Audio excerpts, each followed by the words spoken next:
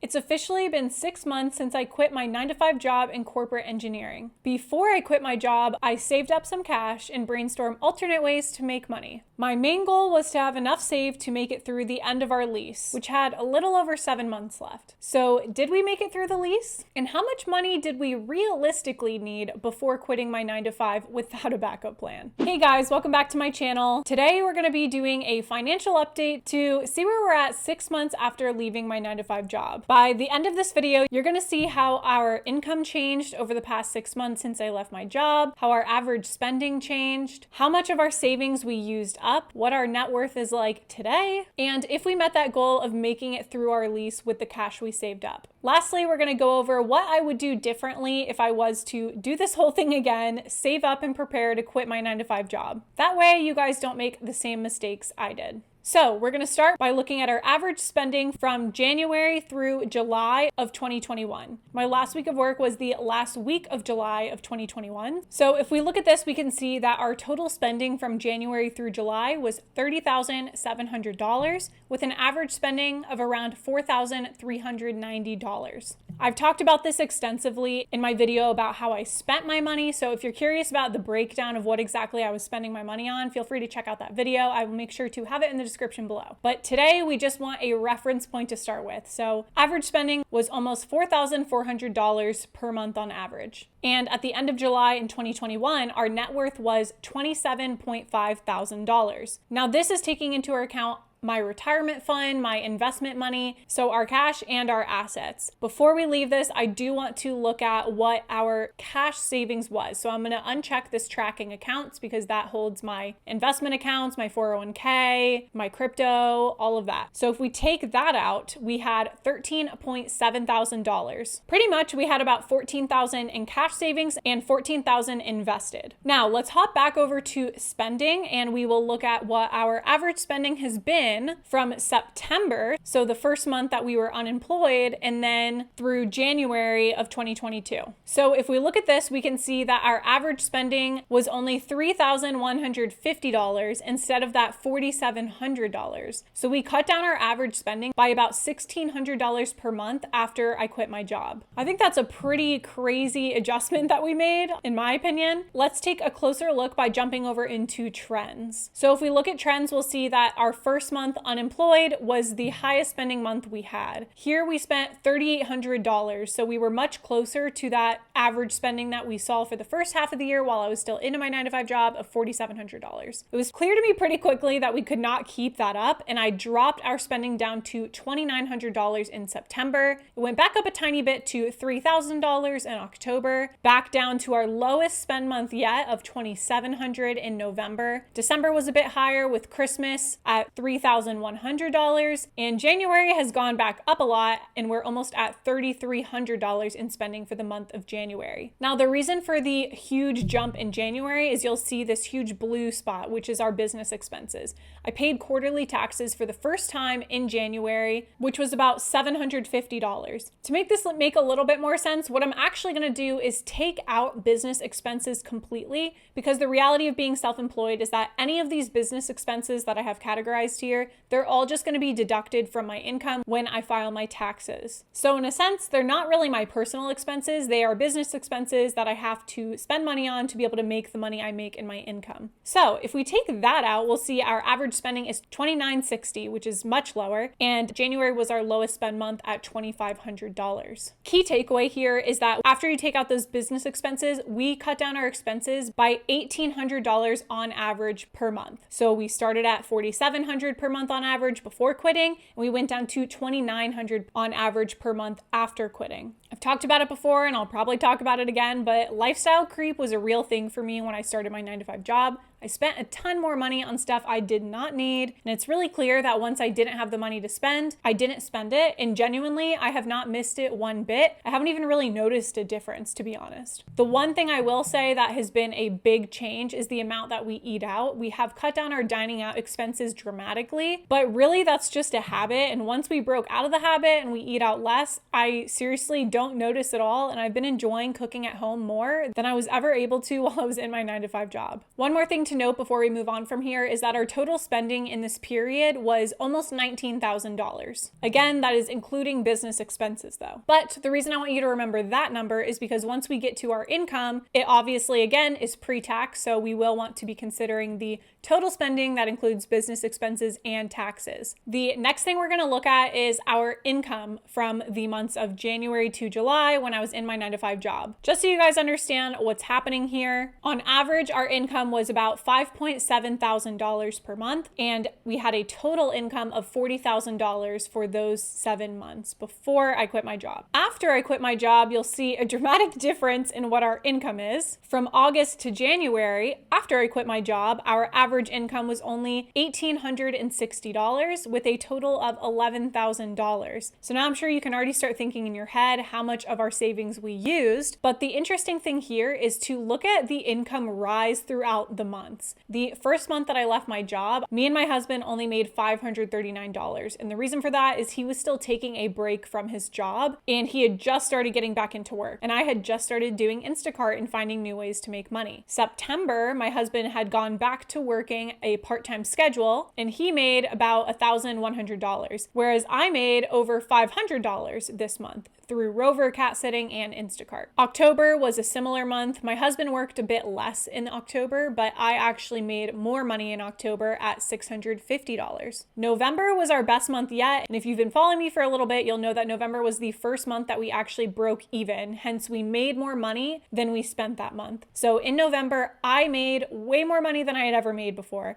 I made about $1,550 in the month of November. Majority of that, as you can see, came from Rover cat sitting. And my husband had a pretty average, maybe a little bit more than average month of his income and made about $1,200. Then from there, you'll see we start to kind of have a decrease. In December, I made less with Rover, so I tried to supplement with Instacart. My mom also gave us $200 cash as a Christmas gift, so we were able to go visit her in Florida. And my husband made more than he usually does. He actually made a lot that month. Oh, I forgot to also mention in October that was the first month I got paid through YouTube at $170 for the months of August and September. So in December, my husband made more than normal. He actually made about $1,500 in the month of December with his job. And then I made $335 from Instacart. So the most I had made from Instacart yet, mainly because I spent more time doing it. And I made way less in Rover. I only made $112 from Rover in December. And then I made $188 from YouTube for the months of October and November. Now, the reason that I made such a low amount with Rover after having such a high month in November is because in December we did leave for Christmas, which is when most people travel in December. I honestly know for fact that if I had stayed for Christmas, I would have made the same, if not more, that I made in November, which is pretty unfortunate when you think about it, but I would have had to obviously work Christmas Eve and Christmas. There's obviously some pros and cons there. I'm glad that I was able to go see family, but at the same time, it is unfortunate that I missed out so much. The positive side is that, again, my husband did make more money that month. Then we get into January, the last month that we'll be looking at. With Rover in January, I had another high month at $932, which for a non-holiday month, besides I guess New Year's weekend, that was a pretty good amount of money to make from Rover. I only did one little session of Instacart, made $33, nothing crazy, and then my husband had a lower income month at $1,100 from his job, which gave us a total income of $2,000 in the month of January. So what that means is that our average was, again, close to $1,900 and our total was $11,000 in income for the 6 months after I quit my 9-to-5 job. Quick pause to ask you a favor. If you are enjoying this video so far and you're finding it useful, make sure to hit the thumbs up button below. It really helps me out and allows more people to get access to this video. Now back to the finances. Now we will look at the final piece here, which is our January net worth.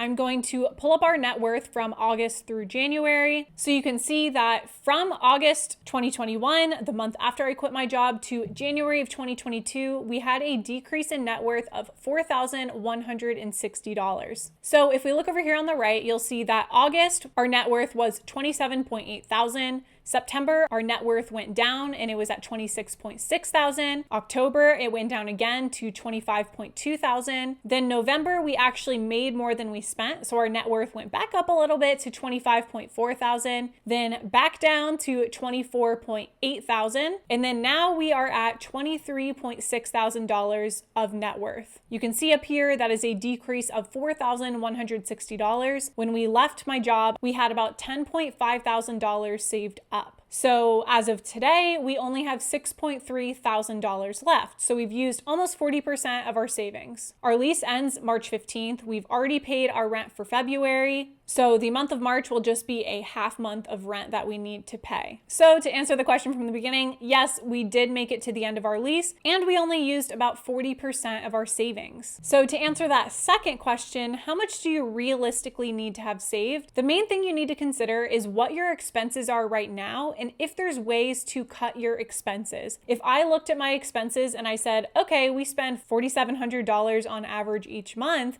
and I need to make it to the end of my lease, this is how much my husband makes, we would have run through the savings way faster. But the fact that we cut down our average expenses by $1,800 a month really allowed our savings to go much, much, much longer. So that is number one. Check and see how much you're spending and see where you can cut that spending. Figure out what your actual required expenses are. Take out all the unnecessary stuff you spend money on and get that required number. For us, the required number is $2,500. That is what we have to pay to be able to live and continue staying in this apartment, be able to pay all of our bills, but not spend any extra money on wants or eating out or things like that. As you saw, our average spending was actually higher than $2,500 because there was stuff that we spent money on each month, the main one being dining out, that brought us over that exact required spending. I always suggest start with your required spending, maybe add a little buffer per month, and then figure out how many months you're trying to save up for before leaving your job. The next huge takeaway here is if we go back to our income, the ramp up of how much money I was able to make after leaving my job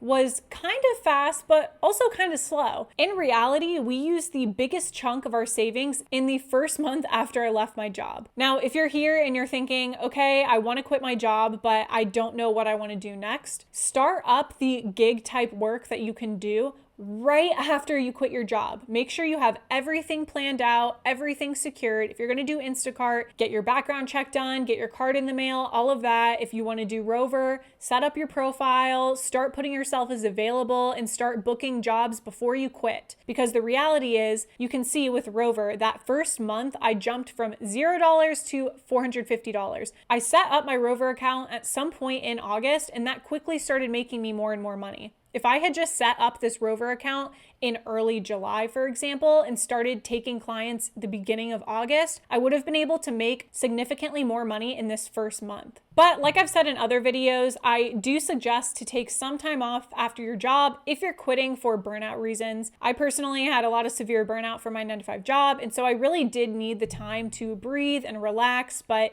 if you can find ways to start making money as soon as you quit that aren't going to cause you too much stress at the beginning while you're trying to still recover from your burnout, that's the best thing I can suggest that you do. The last suggestion I want to give, which is a little bit different than what most people would suggest, is to really consider how much money you actually need to have saved up, because the reality is the bigger buffer you have saved, the safer you feel. And when you feel safe and secure financially, it's easy to get a little bit lazy. The truth is, Instacart is actually a great way to make money. I can easily make up to $20 an hour if you shop at the right times and you're a fast shopper, which takes a little bit of time to get used to and to understand how to make the most money from it. But after a few weeks, it's easy to make $20 or more per hour with Instacart. But if you look at my history of Instacart earnings, you'll see it really never gets that high. The most I made was in December, where I made $335, and that was just from a few sessions I did with Instacart. If I would have worked just twice as much with Instacart, I could have made significantly more money and used up less of our savings. Since I had all of this savings, I knew we had over $10,000 saved up. It was really easy for me to justify not doing Instacart and letting myself rest and relax. So in a weird way, when it comes to your savings, what I would say say is that less is actually more. Figure out the bare minimum that you need to have saved in cash. Take the rest of that money and put it in something else, whether you give it to someone else to hold for you, you invest it in a portfolio that is diversified to be lower risk so you don't obviously lose all that money in case there is an emergency. Point is, when I would consider how much money we had left, I would commonly ignore my retirement account, ignore my stocks, ignore any investments I had, and only look at the cash. But because we had so much in cash, we only used 40% of our cash. It was really easy for me to keep being like, oh, we still have so much more money. We're fine. There's nothing to stress about, and get a little bit lazy. But I will say at the same time, the reason that I was lazy in terms of making money is because I spend a ton of time on this YouTube channel, and I have spent a ton of time trying out other ways of making money that have taken up quite a good amount of my week.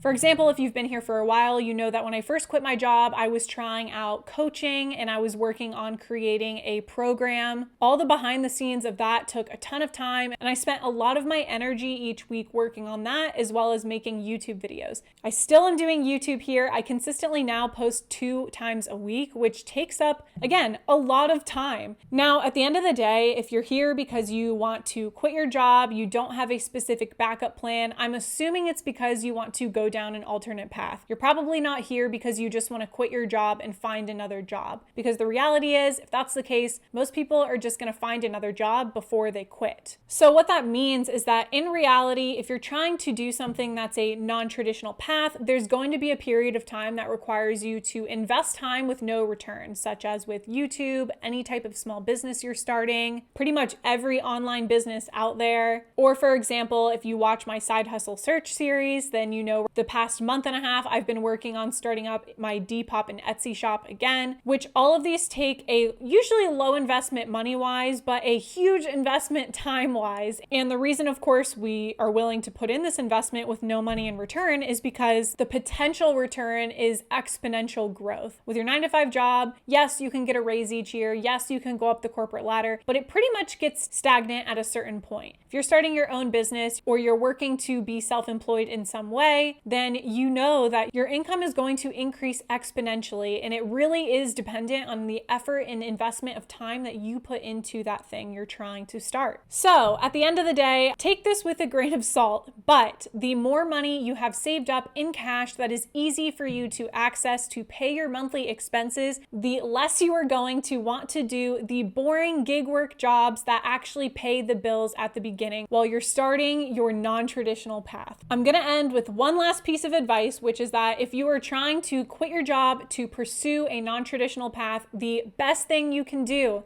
is bring your expenses as low as you possibly can. As you guys saw, we've already lowered them a ton, but one way we are planning to lower them even more is by moving to a different place. Right now we live in Washington, D.C., extremely high cost of living here, and what I want to do does not require me to be in this city. Hence why we are moving to Florida next month when our lease ends. We've just been waiting to get out of our lease so we can move back to Florida and lower our expenses. Our plan is to get an apartment with lower monthly rent, live in an area that has lower costs for things like groceries, electricity, gas. Anything we can do to lower our average monthly expenses is going to help me in the long run have more time to build up these businesses that I want to start that, again, require a ton of time invested before you start to see income come in. If you haven't quit your job yet and you want to know more about how to prepare financially to quit your job, then I suggest you go check out this video. Take the things I'm suggesting now